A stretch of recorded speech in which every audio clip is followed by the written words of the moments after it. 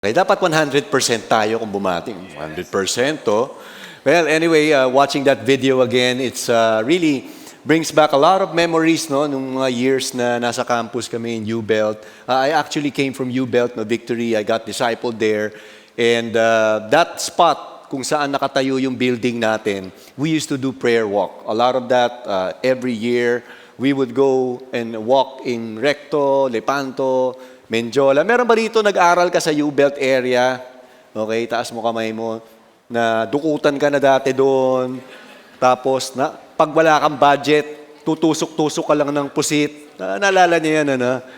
Yung mga may budget, di ba? Pagka wala ka talagang budget, di ba? Naniningkit na yung mata mo dahil pansit canton ka araw-araw. Yun yung mga buhay ng U-Belt. Pero those were the days, no, na U-Belt was still a small church. But now, God has really expanded our ministry, not just here, not just there in Recto area, but really all over the nations, and of course, hindi lamang naman sa Pilipinas, ano. And so let's continue to pray for our, yung malapit na yata, di ba? Tama ba, Dindi? Malapit nang matapos yung building, and eventually our Victory U-Belt would be formally transferring there.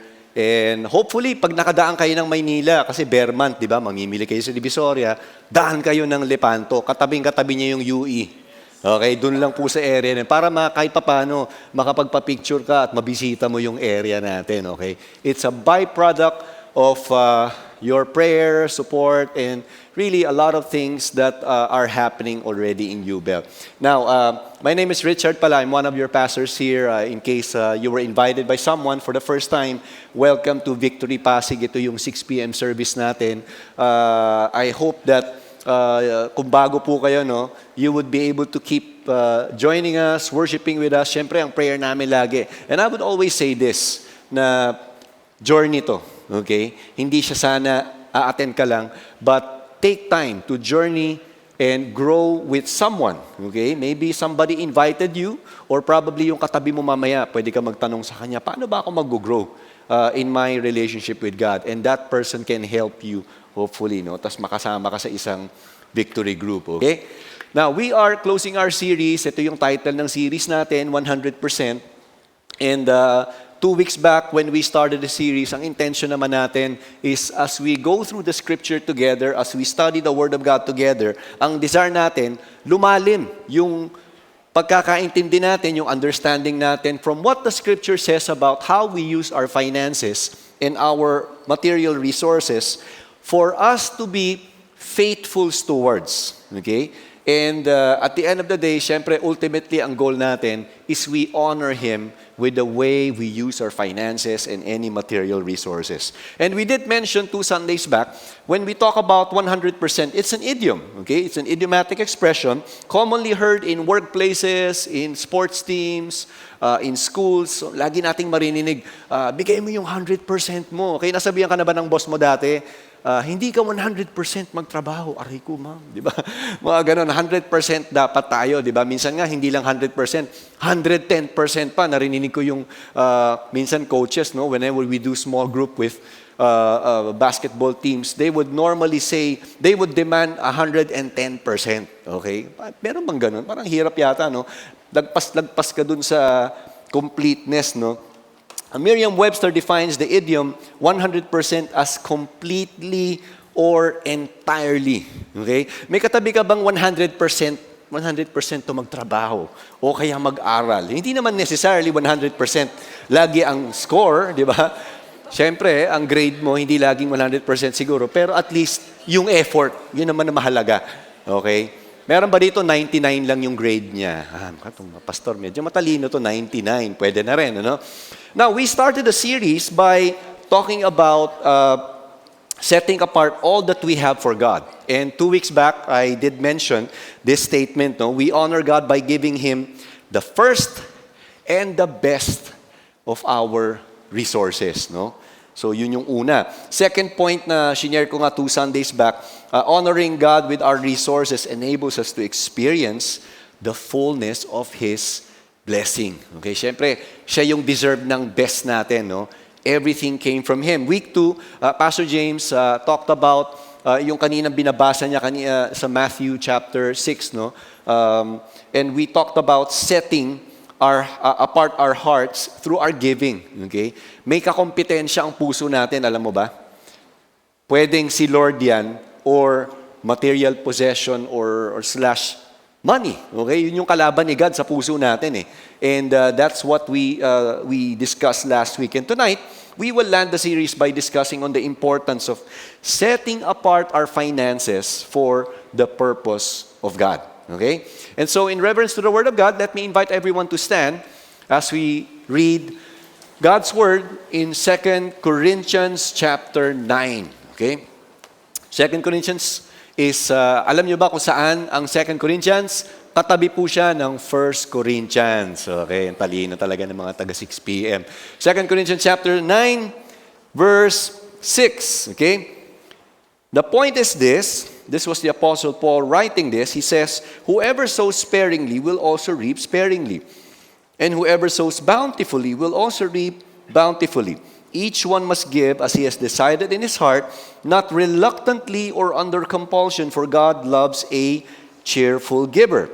God is able to make all grace abound to you, so that having all sufficiency in all things at all times, you may abound in every good work.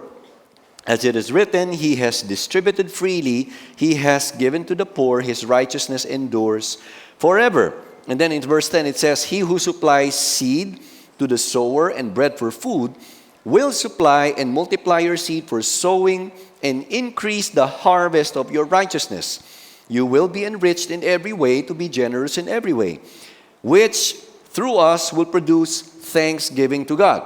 For the ministry of this service is not only supplying the needs of the saints, but is also overflowing in many thanksgivings to God.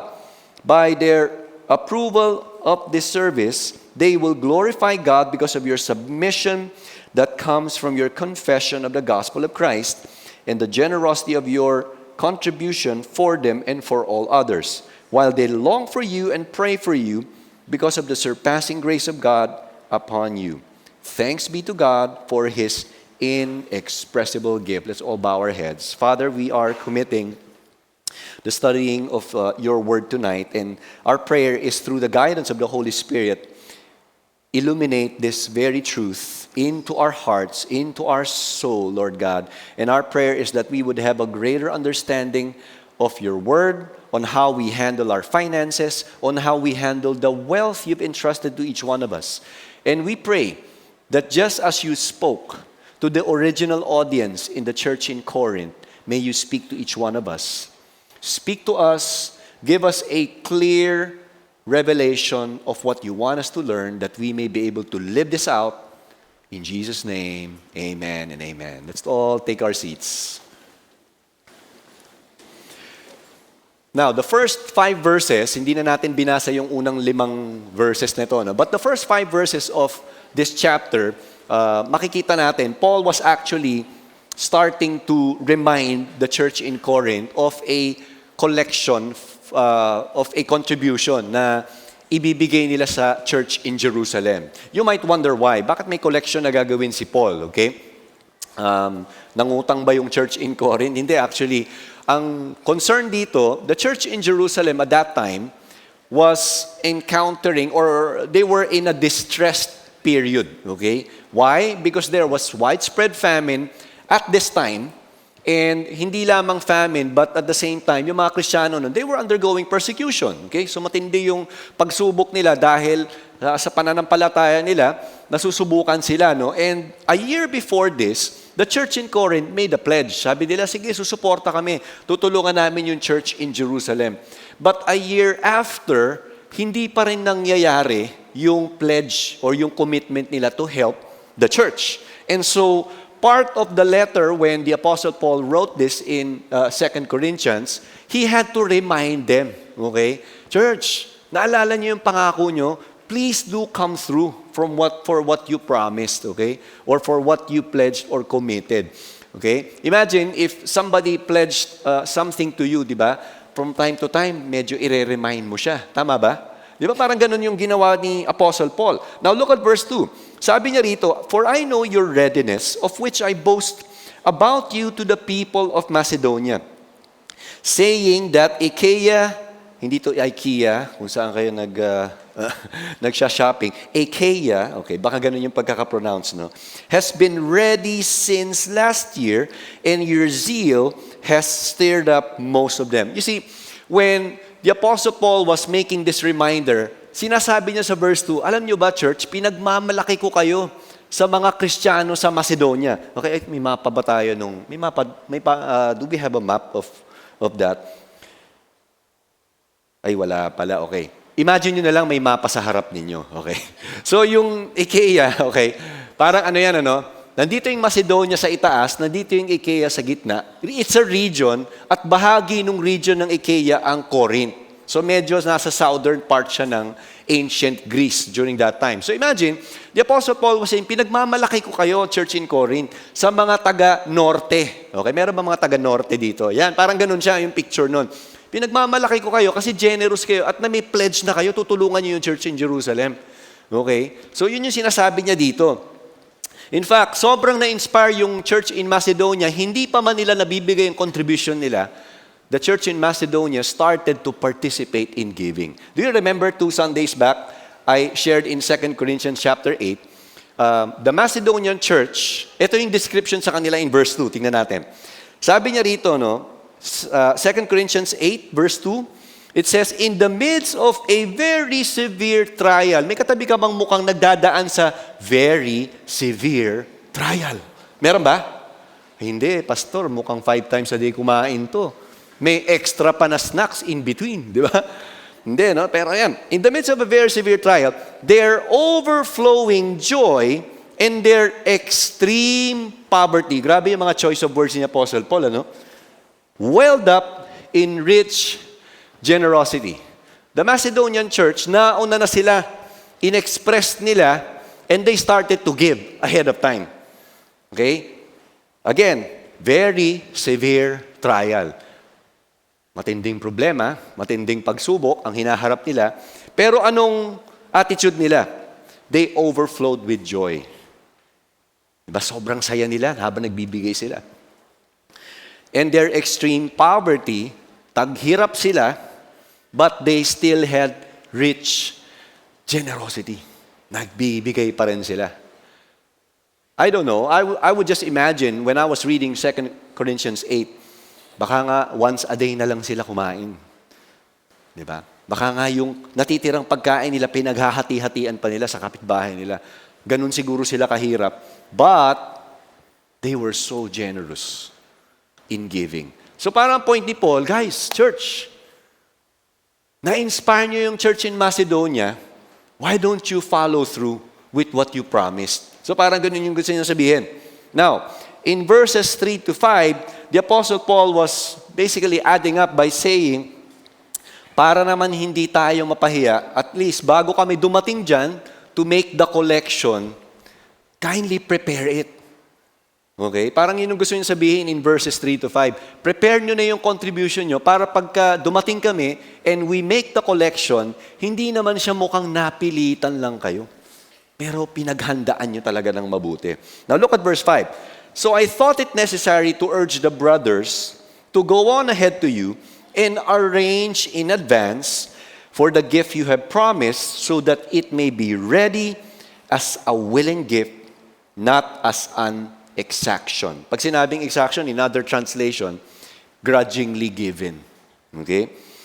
Why did he say this? Ang point dito, pag pinaghahandaan mo ang isang bagay, may willingness ka. Diba? Pagka nagre-regalo ka, diba? Tama ba? Yung malapit na magpasko, diba?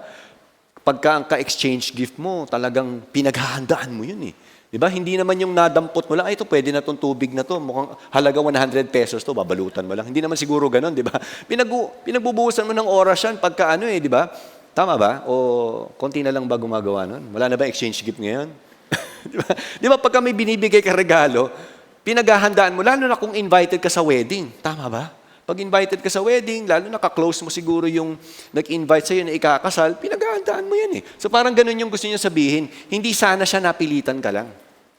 Pero willingly, you would give it. Now, ang tanong, what does it mean to have a generous heart? Okay? And why is it important? Bakit mahalagang maging bukas ang palad natin sa mga iba't ibang pagkakataon. Okay? How does biblical generosity look like for a believer? Ito yung mga gusto nating sagutin. Biblical generosity involves three realities. Okay? Biblical generosity involves, number one, giving willingly. Or again, coming from the NIV translation, generously. Okay? Giving willingly. Let's go back to the last part of verse 5. It says that it may be ready as a willing gift, not as an exaction, or again, like I mentioned earlier, grudgingly given. The attitude when we give is very important.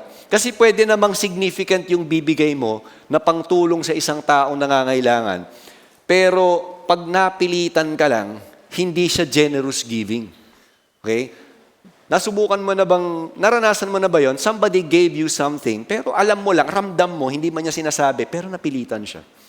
Napilitan ka lang niyang ilibre ng samgyup kasi na-pressure siya. Grabe, nagbabayad siya, nakasimango. Di ba? Parang ganun, grudgingly or, alam mo yun, parang ganun yung picture nun eh. You see, the willingness to give stems from a revelation that everything we have, the car you drive, the money you have, the salary, the work, whatever you have in life, alam mo lang, ang pinag-uugatan nitong lahat, alam mo lang, God owns it. Okay? I did mention in 2 Sundays back, Psalm 24 verse 1. And it says in the New Living Translation, balikan nga natin to, sabi rito, the earth is the Lord's and everything in it. Okay? The world and all its people belong to Him. You see, lahat ng meron natin, pag-aari ng Panginoon yan. In fact, when King David wrote this psalm, he reigned for 40 years, pero alam din niya, lahat ng karangyaan niya, lahat ng success niya sa kaharian niya, at lahat ng na-accomplish niya, they all belong to the Lord. And the glory goes back to Him. Okay? It was very clear for David that everything he had, galing kay Lord yan. And this remains the same truth that we need to understand. Lahat ng meron mo, kay Lord yan. Totoo, pinaghihirapan natin pag nagtatrabaho ka o may negosyo ka, but at the end of the day, it came from the Lord. Okay? Galing sa Panginoon yan. Human nature tells us when we give something to someone, nababawasan tayo. Tama ba? Pag nagbibigay ka, di ba, para kang feeling natin lagi, yung human nature ba na, nabawasan ako, hindi na siya 100%, 95% na lang, nabawasan na. Di ba? But in the economy of the Lord, when you give, and you give liberally, babalik sa'yo. Di ba? Parang ang hirap ang hirap i-imagine sa math. Teka, 2 minus 1 is 1, di ba? Pero sa Lord, ang 2 minus 1, pwedeng maging 4. Ha? Bakit naging 4? Mathematics ni Lord yun. Kaya niyang gawin yun. Because, again, if you remember 2 Sundays back, kung sa pie chart, okay, kumakain ka ng pizza siguro, di ba, nababawasan yung slices ng pizza. Si God can always reproduce another whole of pie. Okay? And another whole. Hindi mauubusan ng Panginoon because He is the source of everything. 2 Corinthians chapter 9, verse 10, it says, He who supplies seed to the sower and bread for food will supply and multiply your seed for sowing and increase the harvest of your righteousness. You see, Paul used the imagery of farming to further illustrate. Sinasabi niya sa mga believers in the church in Corinth that the seeds that farmers would plant and even the bread that they would eat, they all came from one source. Kanino galing? Kay Lord. Yun ang gusto niya sabihin. Sabi niya, He will supply. Okay, He will supply and multiply your seed for sowing and increase the harvest of your righteousness. In short, God will not only supply your seed, but He will even multiply the store of seed. Ano ba ang purpose ng seed? Okay? May nakita ka na bang magsasaka na after niyang anihin siyempre nag-ani na siya, lahat ng seed kinain niya. Binless niya, pinamudmud niya. Tapos, nung planting season na, nasan yung mga binhi? Pinamigay ko na. Paano ka magtatanim kung planting season? Kung kinain mo lahat. Tama ba? So, parang ganun yung sasabi niya rito. yung binihi, binibigay ng Panginoon yan para itanim mo. At ang Lord, merong binibigay na binihi ang Lord sa atin. Could be your finances, your allowance, your salary, whatever that is. May provision ng Panginoon sa iyo, hindi mo lahat kakainin yun. Meron kang portion na itatabi as God speaks to you, as God impresses it to you, that you would be able to give away. Okay? At hindi ka mauubusan sa totoo lang because He is the source. Remember, sa Kanya nang galing yung provision na yan, kaya niyang doblehin, triplehin yan. God can reproduce it 100-fold, not merely for you to benefit and enjoy, but for you to be able to use it for His kingdom purposes, to advance His kingdom further. When we talk about that building, yes, it's the building is named for every nation, but in reality, it's for the next generation. And the reason why there's a building like that that's been na nag-construct for the last maybe 24 or 30 months is really because of people like you who have generously given. Because you believed in the vision. That's why it's there. Na itinatayo na at matatapos na. Okay?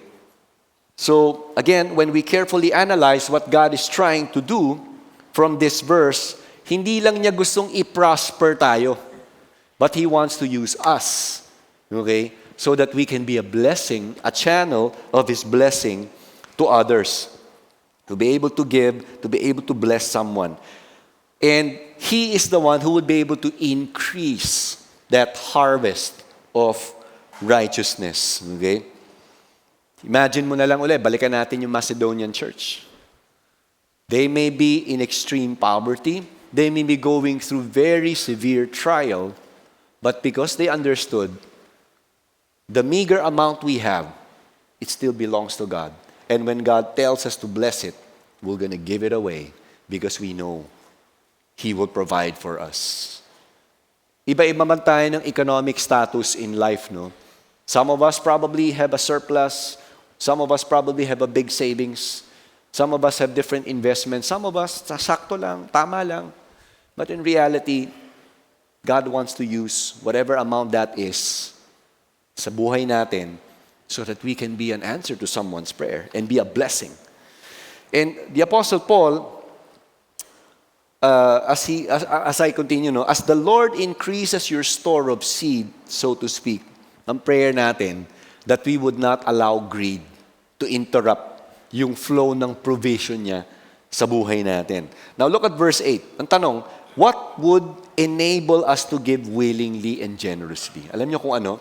Sabi sa verse 8, God is able to make all grace abound to you. Okay? So that having all sufficiency in all things at all times, you may abound in every good work. You see, as a follower of Christ, if you have a personal relationship with God, the grace of God is operating in our life. Ano ba itong grace na to? It's His goodness that is evident to people like us who have sinned against Him, who have fallen short of His righteous standard. Patuloy niyang pinapakita yung goodness niya, yung love niya, yung compassion niya sa atin.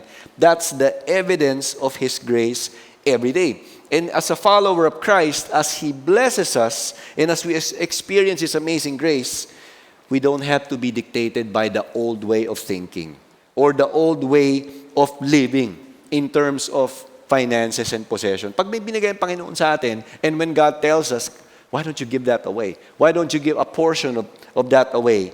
Hindi tayo mauubusan. Kayang palitan ng Panginoon yan. Siksik, liglig, at umaapaw. Ito yung gustong sabihin ni Paul dito. When we understand that God is able to make all grace abound to us, then this truth will fuel us to be able to give willingly or generously. Kasi hindi na tayo nakatingin sa online banking natin or sa wallet natin. And in reality, no, when I'm unguarded, it's hard. No? Yung pag nakatingin ka lang sa bank account, sa wallet, di ba, kung yung wallet mo makapal dahil sa withdrawal slip, no? Yung withdrawal slip na lang, wala na yung kulay blue, wala na yung kulay dilaw, kulay puti na lang lahat. Minsan nakakalungkot, di ba? Pero pag doon na lang tayo nakatingin lagi, talaga malulungkot tayo at minsan nakaka-depress pa nga daw, di ba? And yet, the Apostle Paul was saying, we can still give willingly and generously when we understand that what we have, God is able to multiply And God is able to provide over and beyond.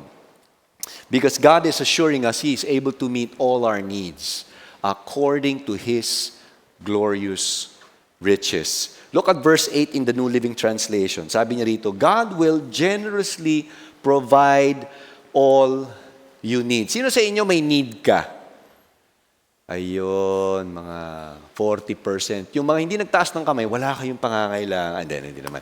Diba tayo may mga pangangailangan in a way, di ba? Sabi niya, God will generously provide all you need, then you will always have everything you need and plenty left over to save.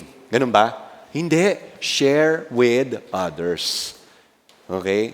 So kung titignan natin, in effect, Paul was saying, kung ano man ang growth na binibigay ni God sa buhay natin, in terms of provision, He also wants us to be able to share it to others, to give willingly or generously. Second reality, biblical generosity involves giving cheerfully. Ngitian mo, yung katabi mo. Ngiti ka nga, iyan, ganda ng ngiti ng mga Pilipino, di ba? Now, sabi sa verse 7, each one must give as he has decided in his heart, not what? Reluctantly or under compulsion, for God loves a cheerful giver. Two wrong motivations in giving. Ito yung sinasabi ni Paul. Unang-una, sabi niya, reluctant or yung reluctantly. Okay? It comes from a Greek word that means pain of mind or spirit, grief, sorrow, or affliction. Yung parang feeling mo pag nagbibigay ka, naaapi ka, wawa naman ako. Nagbigay na naman ako ng 20 pesos. 20 pesos na nga lang, di ba? I-bless mo na lang yun, di ba?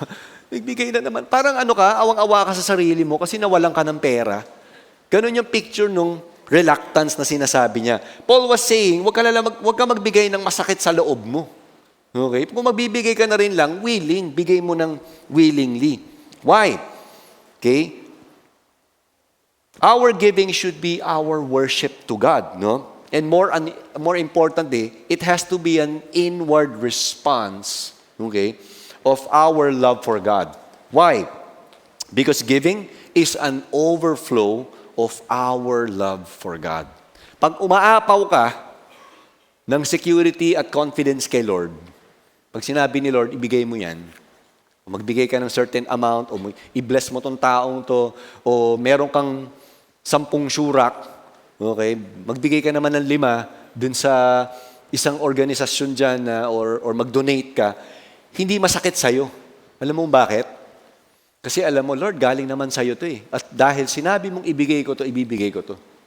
Dahil kaya mo namang i-multiply to eh. Amen ba? Okay, salamat sa 10 nag-reply. Second wrong motivation for giving. Compulsion or pressure. Okay? Nasubukan mo na ba yan? Naranasan mo na ba yan? Nagbibigay ka, pero pressured ka. Sige. Pag hindi ka nagbigay, mamalasing ka. Yung mga ganun, ano? Hindi eh. Kung nagbibigay ka na rin lang, bukal sa loob.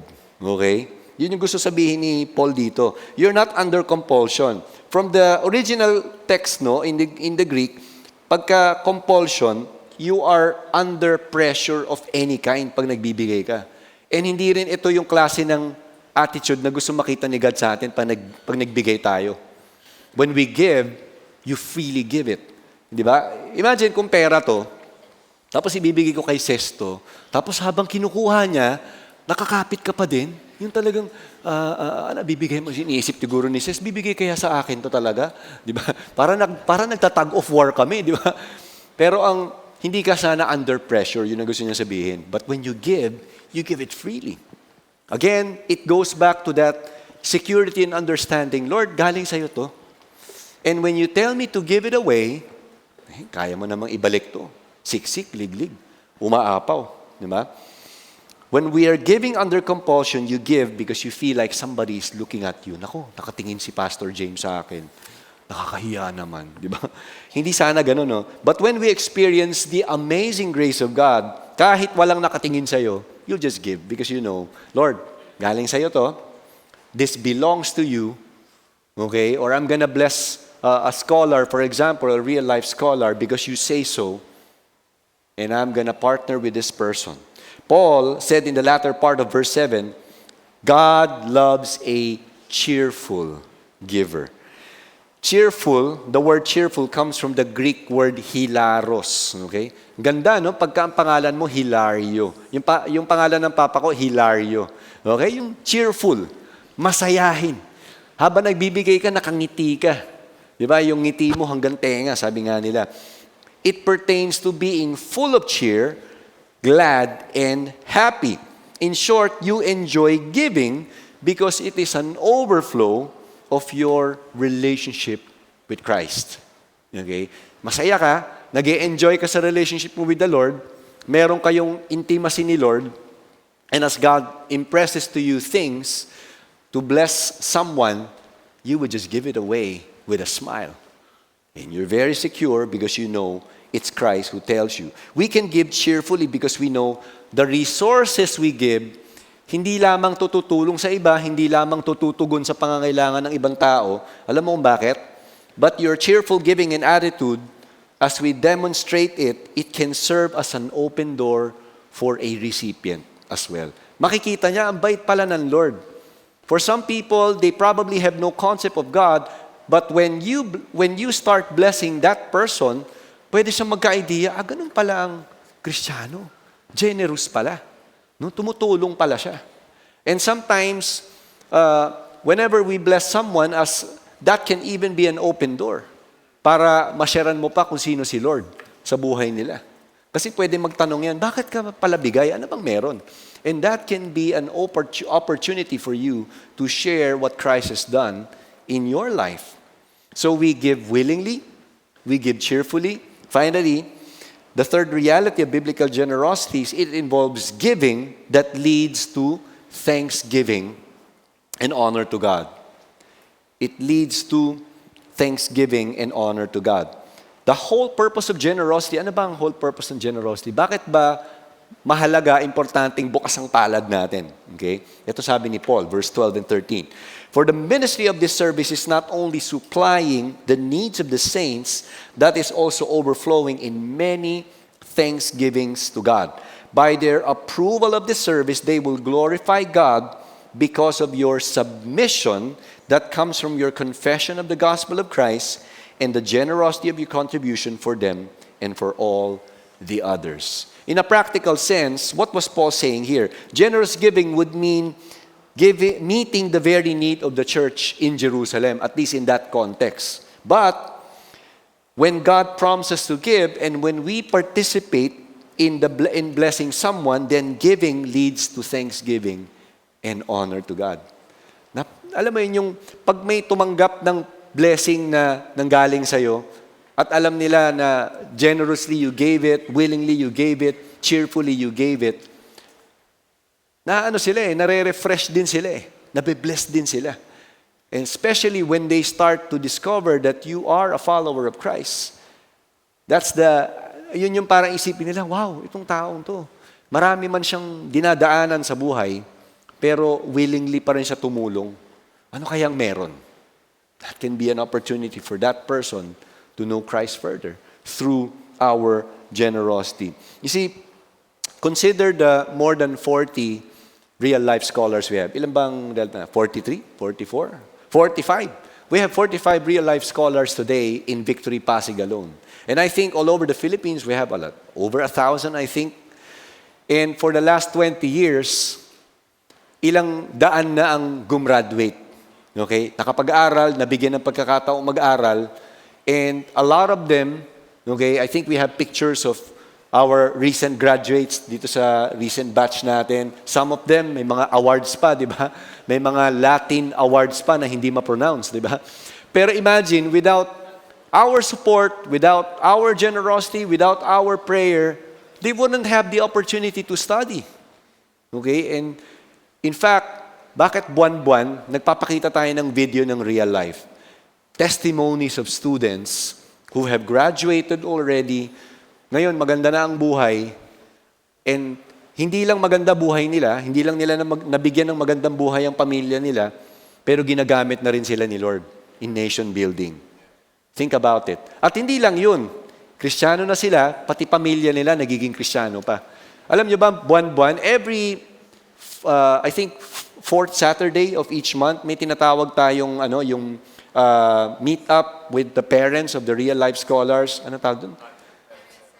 Parents huddle, okay? Yung mga magulang ng mga scholars natin, minimit nila Pastor Anthony yan. Minimit natin basically. And we speak encouragement, we share the gospel to them, and a lot of them are now part of our victory group. Nakikilala na rin nila si Lord. It's an opportunity. Because of people like you who generously gave, who prayed, and who supported them. And you probably woke up early in the morning. Meron ba rito nag-join ka pa nung run for life? Meron ba? Ayun, nandito, isang race for life pala. Run for life tuloy, sorry. Naisip ko kasi takbo, no? Race for life, isipin mo, bakit? Why would people give? Okay? Again, it goes back to having that understanding, Lord, this amount, it could be 1,100, maaring maliit to sa iba, but it can make a difference. Ilang libo agad ang pwedeng makapag-aral because of the generosity of people. Think about it. And it's not too late. Hindi ka man kung naubusan ka ng slot, pwede ka naman mag-partner with a scholar. Sa envelope na meron tayo, pwede kang magbigay. As God prompts you. Okay? Think about it. You can be a blessing to someone because giving leads to thanksgiving and honor to God. You see, when the church participates in partnering and in giving, even supporting campus missionaries. Meron tayong campus missionaries dito. We have Pastor James, we have JV, we have Ces, we have other campus missionaries in our 10 and 2 p.m. services. Campuses start to open up. Alam nyo ba, when we started during the pandemic, nung nag-start tayo mag-meet ng mga youth, 24, 25 students, diyan tayo nagsimula sa may foyer. Tapos, nung medyo dumadami na, nag-start nang bumalik ng school yung mga estudyante, we grew to 50. And now, our youth service every Saturday is about 130, 150 every week. And then we have campus mixers. Ito, mga gathering ng mga estudyante sa Rainforest area, sa Kapitolyo, sa Kapasigan. Now, so many open doors. In fact, sila Pastor James na ang nagsasabing, ma'am, medyo relax lang tayo ng konti. Hindi na namin kaya to. Kagabi naalala ko, tama ba kagabi yun, no? Yung VCIS dito, sa may foyer. So, ang dami ng open doors ngayon because of people like you who gave, who prayed, who supported our campus missionaries. Okay?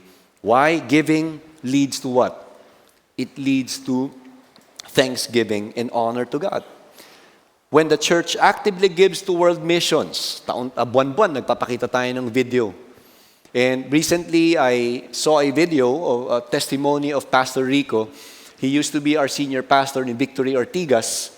But in 2021, we sent him off to start a church plant in Panama. Okay, kung alam niyo yung Panama, it's in a portion of Central America. And after 3 years, a lot of locals have been discipled, water baptized, and I think a few of them started to become part of the staff of Every Nation Panama. And for the next 5 years, alam niyo, lahat ang parang vision nila, Pastor Rico, is to start church plant in Nicaragua, in Costa Rica, and ano pa ba yung sa kabilang side? Okay. Yan, meron, ayan, no? Colombia. So, ito na yung vision for the next 5 years. It's a young church, but again, because of generous people like you, whom God has been using, whom God has touched, nations are being changed. We would never have gone this far for the last 40 years if not for people like you who prayed, who gave, and who obeyed. Many years back, when we were students, nung pumapunta kami ng U-Belt, may malaking mapa na luma lang doon na kahoy. Tapos, meron lang tamtax doon, tamtax pa dati, no? Nakalagay lang doon, China. Okay. May kulay yan eh. Pag pula, wala pa. Okay, kumbaga, prayer pa lang na magkaroon tayo ng church. Kaunti pa lang yung mga bansa na start ng church before. But now, we're all across the globe because of people like you who have given. You see, when the church is mobilized, when they start to give, to pray, to send more missionaries, mas maraming bansa ang maapektuhan ng gospel, no? So again, God has called us to set apart a portion of our amount, of our finances, so that the purpose of God would be realized and we would be able to advance His kingdom. Think about it. Mapa nations yan, mapa Pilipinas, real life, campus, we are making a difference when we walk in obedience. And the result of it, His name would be honored. It would result to thanksgiving. So 3 realities when we talk about biblical generosity: giving willingly or generously.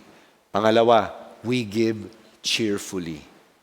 And ultimately, when we give, it leads to thanksgiving and honor to the Lord. Why don't we stand right now? And we're going to bask in the presence of God. We're going to worship Him. And as we worship God tonight and as we close this series, okay, drop off natin yung mga iniisip natin. Ako, magsasaing ako, maglalaba ako. Tanggalin muna natin yun. Focus muna tayo kay Lord. Okay? Let our eyes be focused on Him and be reminded of whatever God has done in our lives. Think about it. This church in Corinth, they may not be the wealthiest of the churches during that time, but as Paul reminded them of their commitment, they eventually gave. And the kingdom advanced continually during that time. At ang prayer nating lahat, ang prayer natin is that all of us, when God speaks to us, we will obey. Wala na tayong delay, but we will do what God tells us. Why don't we close our eyes? Father, we commit this time. Alam niyo po ang mga specific na dinadaanan namin sa buhay. Some could have surplus, while some have just enough. Pero ang ilan naman din sa amin, habang nandito kami, marami rin kaming iniisip para sa kinabukasan namin. Lord, in whatever status of life we're in, one thing is sure. Just as you provided seed to the sower and bread for food, the Bible says you are able to increase our harvest of righteousness. Lord, may we stand on your truth tonight and be secure with your word. So tonight, as we worship, we want to fix our eyes on you because you are the author and you are the perfecter of our faith. Thank you, Lord, in Jesus' name. Let's worship God tonight. I don't have much to bring, but you can have all of me. You make the broken beautiful. Let's make this our declaration, church.